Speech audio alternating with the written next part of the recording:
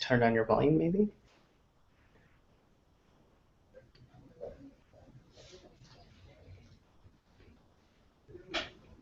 We on? You're on. Yes. Hi, I'm Jason Schatz, and this is Chris Naang. Hi. We're here to have our office hours for the iOS Nano degree, and we'll be talking about optionals today. Yeah, so if you have any questions during our demonstration / explanation of optionals, please click on the Q&A button on the left side of the Hangout and type your question in, and we'll get to it.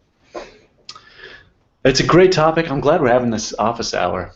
I think you'll find, as you're learning Swift, that you can either wrestle with optionals sort of day after day and get into a situation where the compiler's trying to remind you to deal with optionals and you're doing some trial and error with question marks and exclamation points to figure that out. Or you can just kind of sit down and force yourself to learn the real mindset behind optionals, kind of make your peace with that, and then much better chance of learning to really like Swift. For sure. So we're hoping we can make it through that today. That we think, within the next half hour we can hopefully get everybody there so that you come to really like these. So it looks like we already have a new question. Nice. Hi, this is Surajit, the disembodied voice of God.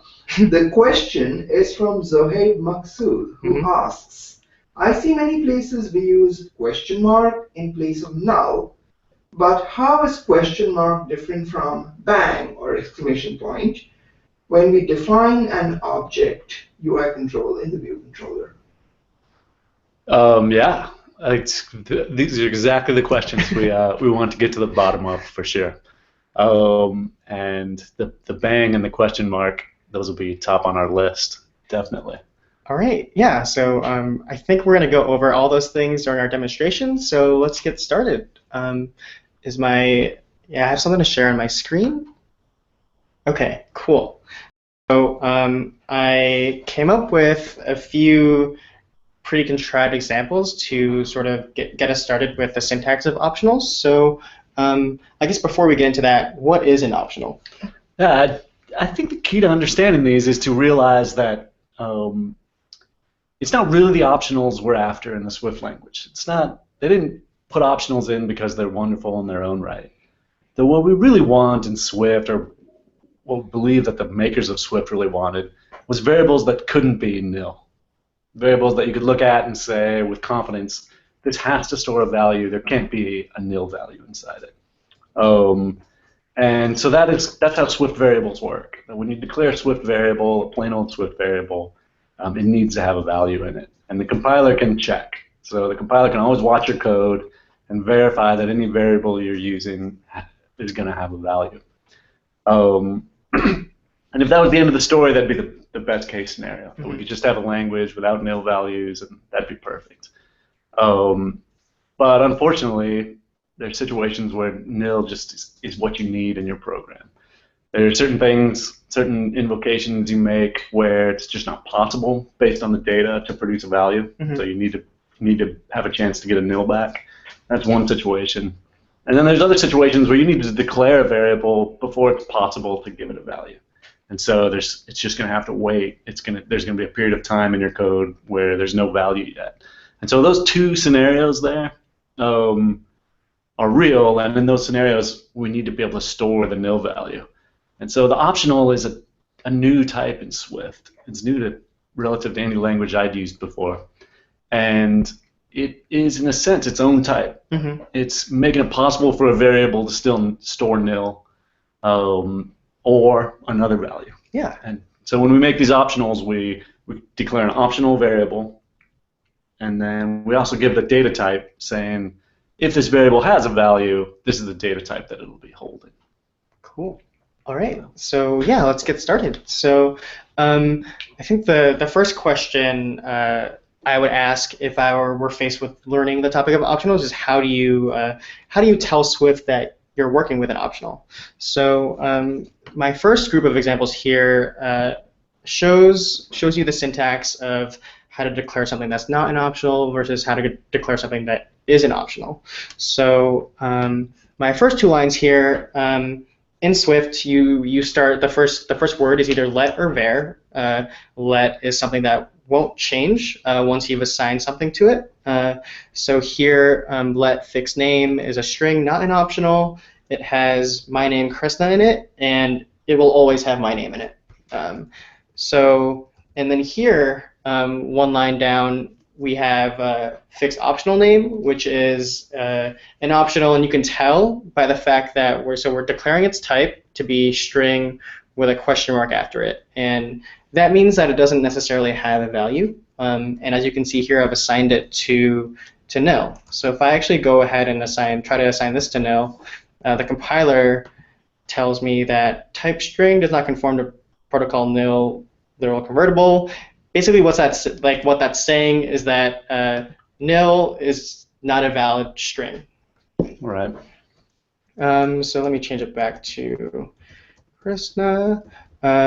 So down here, just wanted to let you know the difference between let and var. So in var, var you're allowed to change the definition or change the value associated with name. So let me do name Jason. That's perfectly fine. If I go up here and do fixed name equals Jason, again, get a compiler error, cannot assign to let value. So that's the only thing I really wanted to show here.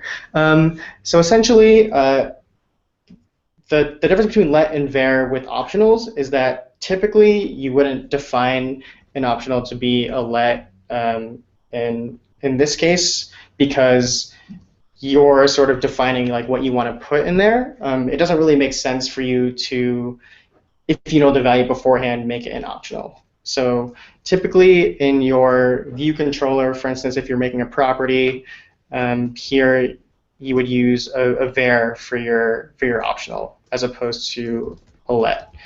When you would use a let, though, is in the case when you're working with a function that returns an optional. So there are some functions that return an optional value because it makes sense to, and there are some functions where it doesn't make sense to return an optional. So the example I like to go over is an example with accessing things in an array versus accessing things in a dictionary. So when we access things in an array up here, so I have an array of names here, and then I have an array right below it without anything in it. So sometimes when you're working with an array, you want to get the first thing inside of that array. So as you can see here, the first thing in this array is the name Amanda. No names is an empty list, so it's kind of difficult to tell like what exactly first means. So what Swift does is, in the case where there's an obvious candidate for the first name, it'll give you the first name, and then when there's not an obvious candidate for that name, it'll just give you nil. And because there's a type that contains enough sort of power to express that, it returns an optional string. And you can see that by looking at the documentation.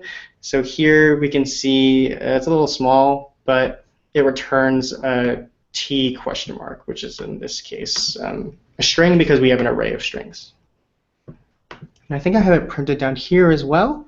So here, first in the populated list is an optional with the value Amanda in it, which is, of course, the first thing in this list. And then the empty list, there is no first value, so it's nil. So another way for you to access the things in an array is by index. So it turns out that Apple thinks that whenever you're accessing an array via index that you know what you're doing. So That's nice. There are cases as well in an array, if you give it an index, nothing's actually going to exist in there. So index is an integer. There are negative integers. Usually those won't work. There are also integers past where your list goes. So index starts at 0, so Amanda would be index 0. Index 1 would be Brian. Index 2 would be Chris, and index 3 would be Derek. So what should happen when you feed in, say, names 6, for instance? So if Apple were to follow the same logic that they do with first, they might return an optional. But since their sort of philosophy is that you know what you're doing when you're accessing it via index versus when you're trying to get the first thing in it, it'll actually crash your program. And you know that because it doesn't return an optional, even though there are cases when no value exists. Yeah, that's cool. Great. So in contrast, there's another type of collection in Swift called a dictionary. So in a dictionary, instead of accessing it via index, you access it via key. So you have a key, which is something of your own choosing, and then it's associated with a value. So here I have a dictionary called points, where letters are associated with a number of points. Here, so I have A associated with 1, C associated with 3, and E associated with 5.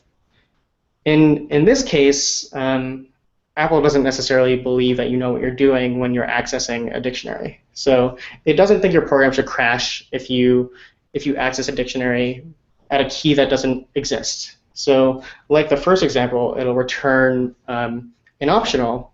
And as you can see here, so value for existing key. So for points A, the value is 1, so it prints out an optional with the value 1 in it. And then for B doesn't actually exist inside the dictionary, but your program doesn't crash. It'll just print nil instead. Yeah. Cool. So yeah, that's a short little example of when you would, so like when Apple thinks you should be using optionals and when it thinks you should be using actual values. We have a new question. Nice. Will you be posting your example code in some place where students can look at it? Yes, I will. So it'll go on GitHub afterwards, and we'll post a link to the repository in the forums. Great. So that's one way Apple sort of exposes you to the decision whether or not you have to use optionals. What else is there in Swift where you have to make that decision? Yeah. So the place we'll run into it a lot right away in the courses we run into are in properties inside classes. Mm-hmm. So when you declare a property in a class or a struct, that memory will be instantiated as soon as the object is created. So let's say you have a view controller. As soon as the view controller is made, all of its properties need to be instantiated. So there's two possibilities there. They can either have initial values. I guess there's quite a few possibilities. Mm-hmm. Let's say 3. They might have initial values. That's great. Right when the view controller is created, the properties could have an initial value. Or they could be initialized in an init method. This is true in general in classes. But in our view controllers, which is where we're going to end up writing a lot of our code, we typically shy away from the init method. And so the other option is that they could be optionals. Right? That way we could leave them unspecified. And so this is true of all classes. It's not, of course, just view controllers. Mm-hmm. That will create a lot of little data classes, data structs in the process of writing apps. And this is true for them as it is for kind of big mechanical classes like a view controller. But that's another area where you'll run into this a lot. And I think this kind of got at the very first question we were asked, which was noting that when we declare those properties, they can be declared with a question mark or with an exclamation point. And we should talk about the differences between those. Yeah. New question. Before we go on to that, somebody else has a question about the code that you just showed. Mm-hmm. This is Tom Recht, who asks, why is optional parentheses 1 printed and not just 1? Yeah, so that's a really, really good question, actually. So as Jason was saying earlier, optional is a distinct type in Swift. So when you're printing out something that's a string question mark, which means that's an optional string, you're not actually printing out a string. You're printing out an optional and of the string type. So an optional is what's called an enumeration in Swift, and an enumeration in Swift and a bunch of other programming languages is basically you make an object and it falls into one of several buckets. So in Swift, optionals are implemented as having two buckets. One of those buckets is nil, so it can fall into the nil bucket if there's no value, or it can fall into the bucket where there is a value. And Swift's enumerations are fancy in that you can have extra features on top of just which bucket it's in. So the extra feature that's implemented in optionals is that it can have a value. So when I'm printing out optional 1 here, so the bucket that this variable is in is the bucket where things have values. It's not nil. And then the sort of extra feature on it is that value inside of it is 1. Yeah, that's a good call. And that's sort of its way of displaying that. Cool. I want to go over a little bit about how we could unwrap these conditionally. Sure. Is that our next topic? Yeah, so I think first we can go over the difference between the question mark and the exclamation point, and absolutely. then go over how we would use them in our code using if, let, and a bunch of other things. Yeah. Let's do that. So first, I guess some ideas on the exclamation point. Mm-hmm. I don't think it's too far off to say that when we declare a variable with a question mark, that's the true optional. This is going to be a kind of a plain old optional. And when we declare it that way, we really want to indicate to the person reading our code that that's a variable that may or may not be nil, and that's okay for that variable. Mm-hmm. That we want that to be something that might or might not be nil. When we use the exclamation point, we call that an implicitly unwrapped optional. And in that case, what we're trying to show to our reader is that this is a variable that really should have a value. That we're going to set up our code so that we're fully confident that it has a value. Here, I think we might as well write this directly as if we're writing a view controller. So if I was going to write class, is that big enough? What do you think, Sergi? Maybe a little bigger would help. All right.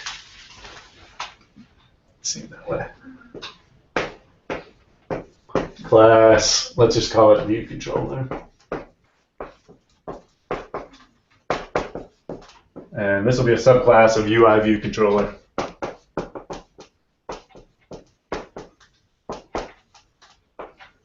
So it's inside our view controllers that we declare a lot of properties when we're writing apps. And some of them, almost all the properties we'll declare, or essentially all the properties we'll declare in these view controllers will be optionals of one sort or another. So let's say I'm writing a view controller and it's going to display information for a person.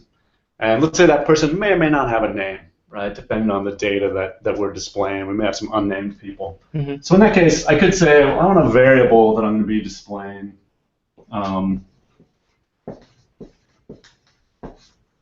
And it's going to be a string, but I don't know if it's going to have a value or not. And so I'll declare it like this. And in this case, I really want this question mark. I really intend to say to my reader, hey, when we display this person's information, some people don't have names in this app, and somebody reading my code will see that and say, like, all right, they'll understand that. And what they'll know to expect when they see that is later on in my code, when I use this, I'm going to use it with care. I'm going to be unwrapping it carefully, and I may expect it to have something, I may not. Let's say I have another variable, and that's going to be my name label. And so I'm going to make a variable.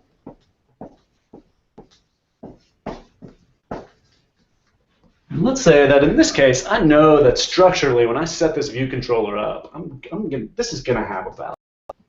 It just can't have an initial value right now, because that value is going to be set up maybe by storyboard, maybe by some code, probably by storyboard.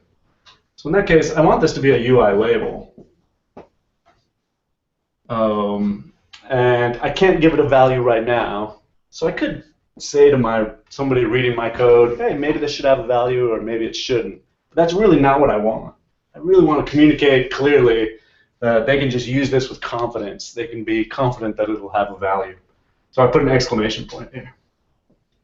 And I'm saying something important, something I really want, both for my own convenience. I want to be able to use my label without unwrapping it. Mhm. But not just for that convenience. I also want to communicate something true about this app. That people writing code in this class can be confident that that value will be there.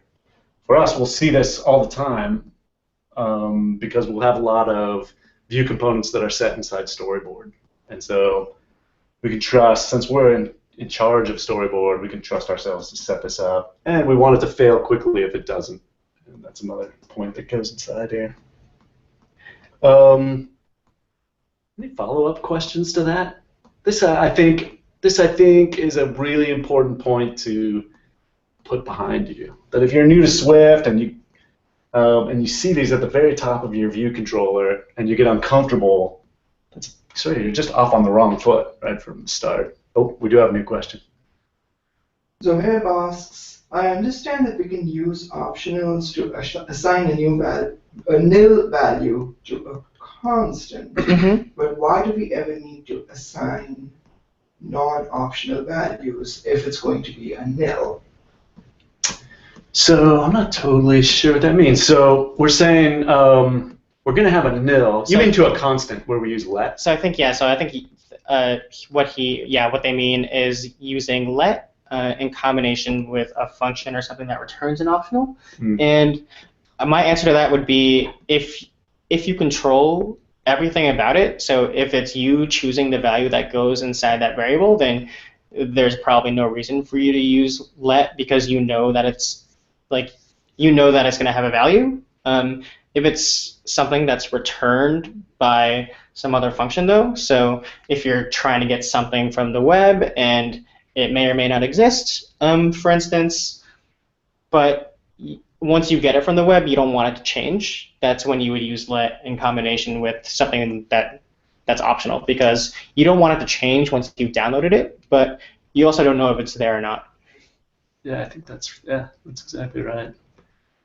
There are two follow-up questions. One is, can you please explain optional chaining, including the as question mark, typing? Yeah, absolutely. Will we be getting to that? Yeah, we will be getting to that. We will. For sure. Okay. So, to get to optional chaining, we really just have to first look at a really simple conditional unwrapping, where we have maybe an optional like this, and we want to do something with it. So hopefully, let's just clear up space on our board here. Let's pretend we're inside this view controller and we have this optional name property here.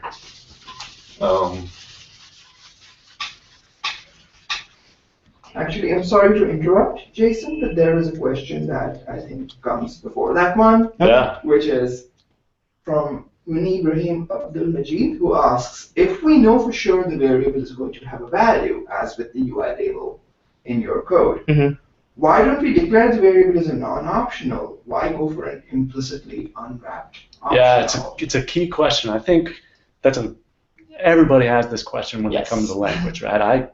This question, everybody has this question. And it's just an issue of timing. But the whole issue is that there are situations where the class will be instantiated before the value can be set. So we know that label will be set, but in the mechanism that Apple's using inside Storyboard, we'll first instantiate our view controller, and then Storyboard will go about doing its work. Storyboard will unpack the data that's encoded in our Storyboard file, and in that process, it needs the view controller to exist so that it can eventually come and set the label. Yeah, so one of the rules when you're creating instances of classes in Swift is that if your properties if they're not optionals, then inside the init function of that class, you have to set them. So since we're using storyboards, storyboards happen a little bit later, and therefore we know that we're going to be setting these values eventually, just not when Apple wants us to. Right, just not in the init method. Yeah. This is, I think that's the right way to say it, and just kind of catching that timing that this may happen within fractions of a second, but the view controller has to be instantiated first before the mechanism can go set in its properties, And so we know by the time it gets to us, all that will be over. But during that small period of time, we need the freedom to allow things to happen in the order that's specified. I hope Ibrahim that answers it. I don't know. Questions are coming in thick and fast. All right. One from M. Akirodolu. When you have the declaration bar name label, you are labeled bang, as you did in the code that we just erased. Does this mean that the name label does not have a value, or that it does have a value? Yes, so both. Both. It means that when the class is first created, it doesn't have a value. And we want to, it's really that freedom that we're after. We want the object to be created with a label without a value, but it also means that by the time we come around to using it, we know that it will have a value. Because if we use it and it doesn't have a value, our program will crash. And obviously we don't want that to happen, so we make sure that it has a value when we use it. And it's just to finish that thought up, it's not impossible, right? That often you'll make a view controller, you put a property in it, you'll be setting up storyboards, so you'll set up, maybe a dozen of these properties, and you'll forget one. And so then when it comes up, it crashes, and that's as it should be. You just remember to go finish up your storyboard work. Yeah. Question from Fred Waltman. Yep. Where I run into problems is dealing with Apple frameworks. Sometimes it doesn't seem consistent when optionals are used or required. And there was a comment on that question from Peter Clark. He says, I think there are minor changes to Xcode 6.3 that make the handling more consistent. Yeah, so I'll take this one, since I think I answered a similar question on the forums a little while ago. So Apple is in the process of sort of making its frameworks friendly or friendlier to people who are using Swift versus Objective-C. So I think the main point here is that all of Apple's frameworks were written in Objective-C, and Objective-C doesn't have there's no concept of optionals in Objective-C. So what Apple does to start with when it's converting its frameworks to be able to be used in Swift is it'll make everything an implicitly unwrapped optional. Just because that's sort of how Objective-C works. So you have no idea whether what you're looking at is nil or whether it has a value in it. Objective-C doesn't quite crash in the case where it's nil, but it's the closest thing you can get to in Swift. So everything starts out as an implicitly unwrapped optional. People who work at Apple have to go through each framework and decide whether it should be a real optional in Swift or whether it should be not optional, and then they make those changes. And they've been making those changes throughout Xcode 6.0 through 6.3. So something that's really popular like NSURL, it's already been handled. Something like AV Audio Player, which you use in Pitch Perfect, has not been handled yet. So yeah, it is inconsistent for now, and hopefully it'll get better in the future. Yeah, it's sort of in the works. New question. It's a question that came in a few minutes ago from Chuck Bradley. He wants to know about the as typing and optional chaining. All right. Yeah, so if we're using a variable that was declared to be implicitly unwrapped with an exclamation point, we just use it. But if we're using a true optional, and it was declared with a question mark, like that name property that we had before, then we unwrap it. This doesn't quite answer the as question, but it'll just at least get us this basic if statement. That if we want to unwrap it, so let's just remember that we're talking about this name variable, in case anybody's walking in.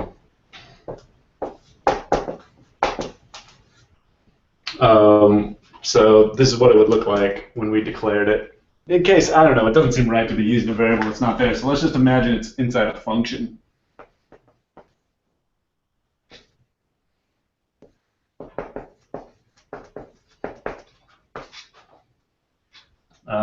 So let's say we had this, and we're going to display this. So we want to display one of two things, maybe inside a label that belongs to the class that this is in. If there is a name, we're not sure because of this question mark. If there's no name in there, then we want to maybe put the string anonymous. But if there is a name, we'd like to print it. And so to make a branch like that, we need an if statement. Right? The branch requires an if statement. And we have one And this is this conditional unwrapping. So we can say if let name equal name. Oops. Then we can use this variable inside here. These don't need to have the same identifier. So we could say unwrapped name here, or we could say X. But it shadows this name, and I don't know. I'm growing to like this over time. I like it when it's the same name personally. Yeah. So it's possible, and it reads well. So for instance, we could say then label text equals name. And we can put an else on this if we want. So we could stop here. This would be called conditionally unwrapping it. It's very safe. It's in a flow of control structure. Or we can put an else here if we want to.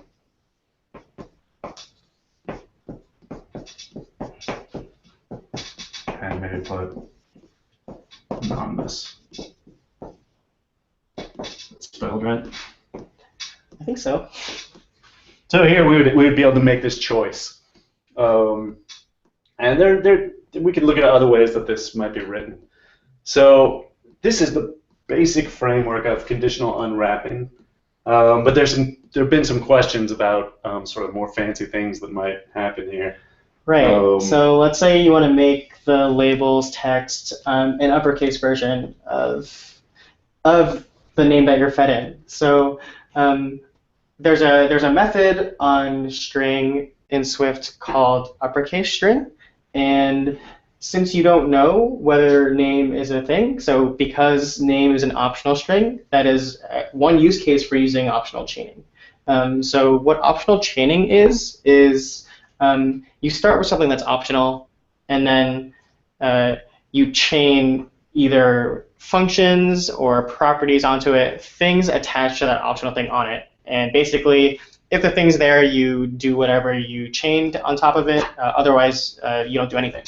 So in this case, if we wanted to set the label's text to be an uppercase version of this person's name, then you could get rid of the conditional part of it and just say label.text equals name question mark, which is the chaining part, dot uppercase string, because you're not sure if the name is there or not, but if it is there, you want an uppercase version of it. I don't even know what this is. Is it uppercase? Uppercase string, so uppercase, yeah, the C might be lowercase, either way. Maybe one word. Yes. And it's a property like this? Yep, it is a function, or so yeah. One way we could do this is like this, right? Where we say that all of this may be nil or not. We chain this together. Yeah. So that's one example of when you'd use optional chaining. So you want to do something to something that you may not be sure exists. I would say in general, when I use optional chaining is when I'm doing like one or two things with an optional value. If you're doing a lot of things with an optional value, then I think it's worth it to do the if-let, because then you don't have to do this dance where you put a question mark after everything and then put a period and then do, all of that stuff. Let's make this maybe a little more, to get an as in there, let's imagine we're taking a dictionary instead. Yeah. So maybe there's a person, and let's just say it's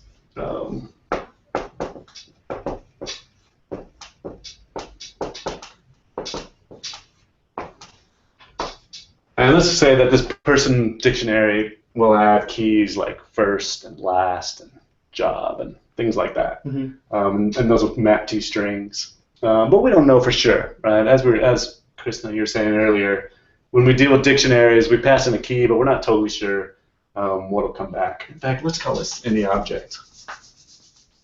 This way we'll get to use the as. So yeah, so this type where you have a string as the key and any object as the value is pretty common in Apple's framework so far. So yeah, I think this is particularly because when we parse JSON data that we download from a network, it comes back like this, these JSON objects. So we'll see a lot of these. So yeah, say we have this and we want to get out, we still want to print this name. So let's say we want to say let name equal person. Let's just try to get the first name. And let's say we're really not sure about the data in this dictionary. Mm-hmm. So in that case, we'll want to say we'll want to cast this to a string so that we can set it to the text. Yeah, so Swift thinks it's an any object right now, but we want to use it as though it's a string, so we have to cast it. So we have to cast it, downcast. And we want to go from this higher type, any object, down to a string. So now the way we do this is we say, I want to cast it optionally. I want to cast it if it's possible. And if the key first is associated with nil or it's associated with some other data type, we might not be able to cast it. So it's just a safe way to cast. We know that if this doesn't work out, and there's two reasons this might not work out. It may not work out because this isn't there, or maybe another data type. And in that case, name won't be set. We'll come down here and we'll set anonymous. So we're conditionally downcasting. And that's good to use if you're not quite sure what the data is. So yeah, like in the case where you're working with JSON, you're probably getting that JSON from the internet or something, and you can't be positive. You don't control the data, so you can't be sure what's in there. So it's good to be safe about this, where your program doesn't crash if the cast doesn't work out. We have the option if we want to do this. Yes. And with this, I think it looks unsafe. It would be unsafe in that situation you're just discussing. Right? If this is JSON data from a site we don't have a lot of control over, this could be really dangerous. Well, at least what it communicates to our reader, whether it's true or not, is we're telling the reader, we just know that this is going to work. Right? That we know that if the first is there, then we'll be able to cast it to a string. And so we're expressing some confidence here, and sometimes that's the right thing that you want to express in your code, and so it's available. So we have the two ways to cast with as. Yeah, so in the current version of Xcode, the exclamation point's not there. In the new version of Xcode, the syntax has changed a little bit, so you're going to be putting that exclamation point there for clarity, I think. No. All right. How are we doing? There is a question which is, I think it's about case. When you have person : open square bracket string, that looks like a lowercase s. Duly corrected. Thank you for the correction. Okay. The question that follows is, so if let x equals name ? Will label.text be name or will it be x? That's going back to maybe this. Yes, when you had. We'll just do a lot of writing here.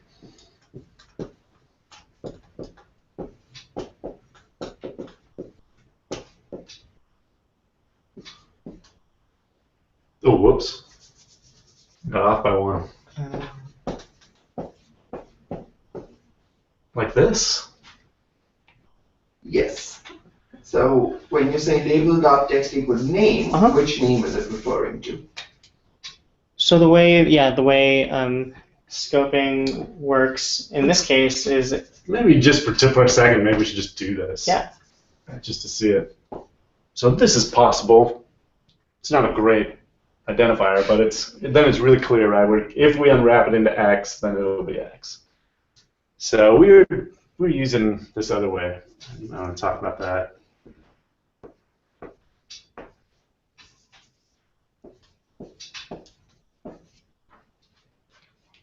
I guess it's just a stylistic option, right? We're saying I'm going to reuse this identifier for my unwrapped variable. I'm just going to use it twice.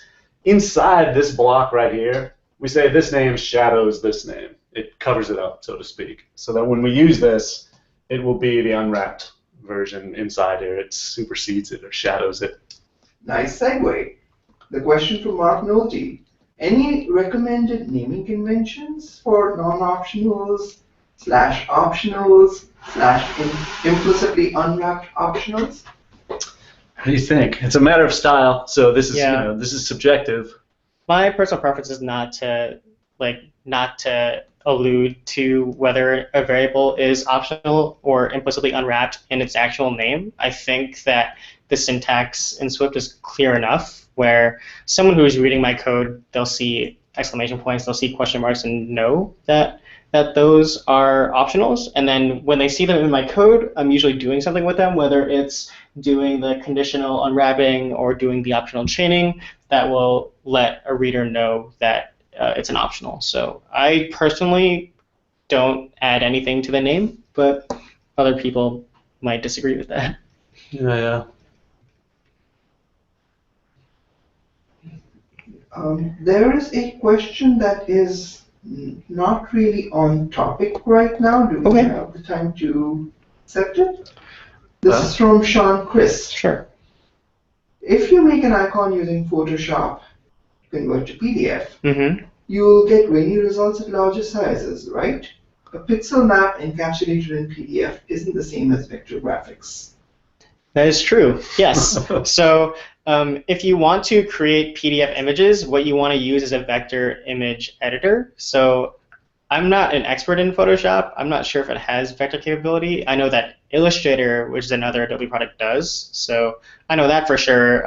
You'll be able to create PDFs that are not grainy. For the Mac, what I recommend using if you don't have the money to spring for something like Illustrator is there's a free alternative called Inkscape. There's a mid-priced one called Affinity Designer as well that a few artist friends that I know really like. So yeah, make sure you use a vector image editing program to create your PDFs rather than something pixel-based like Photoshop.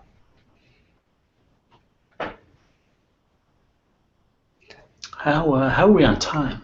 We are actually over time. Oh. So I was going to do a demonstration of Rochambeau that I might end up taping later. I'll also post the code. So the code has comments about where I use optionals and then an explanation of why I use them in those specific situations. So I'll definitely post that up to the forums afterwards.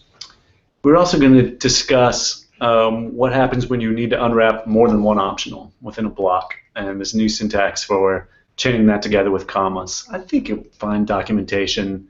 It's nice to sort of be aware that there's some new options if you are looking to unwrap more than one optional. There's only one question that we didn't get to. Okay. One reason we can't get to it is that the person has a link to Pastebin with his code that he has questions about. I see. Unfortunately, we don't have a way of displaying that on screen. So I encourage you to please post that to the forums. Yeah, maybe we'll see it in the forums. Yep. Cool. Great. So yeah, I think that brings our office hours today to a close. We're happy that you chose to attend and hope you learned a little bit about optionals.